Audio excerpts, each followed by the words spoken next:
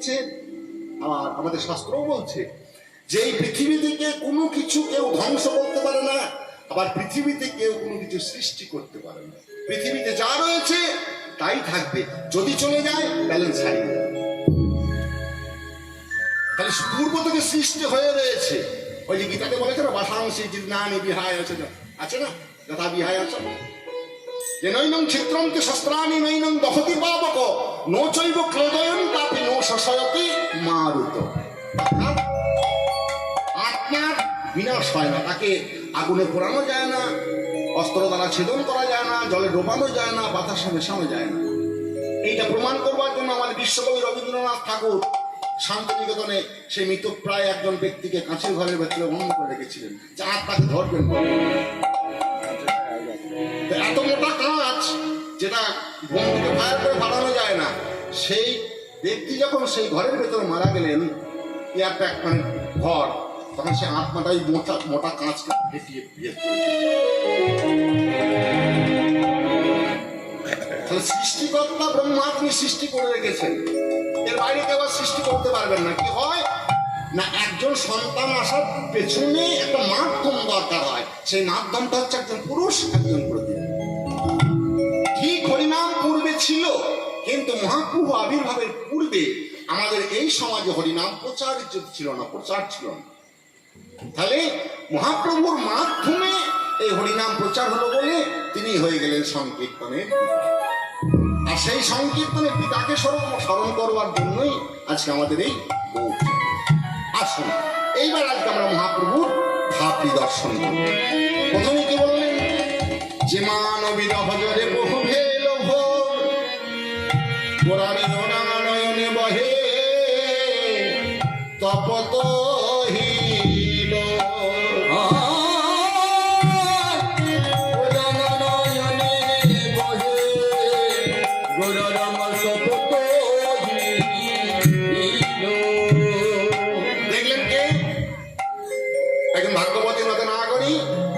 সকালে সুরধুনি কিংবা গঙ্গায় জল আনতে গিয়ে আমার গৌর কাঁদা নয়ন দিলেন।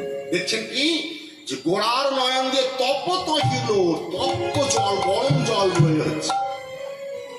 মহাপ্রভু আজ হা কৃষ্ণ গোবিন্দ বলে কাঁদছে। এই দেখে নাগরী বলে, ও নাগরী বলি আজে মদ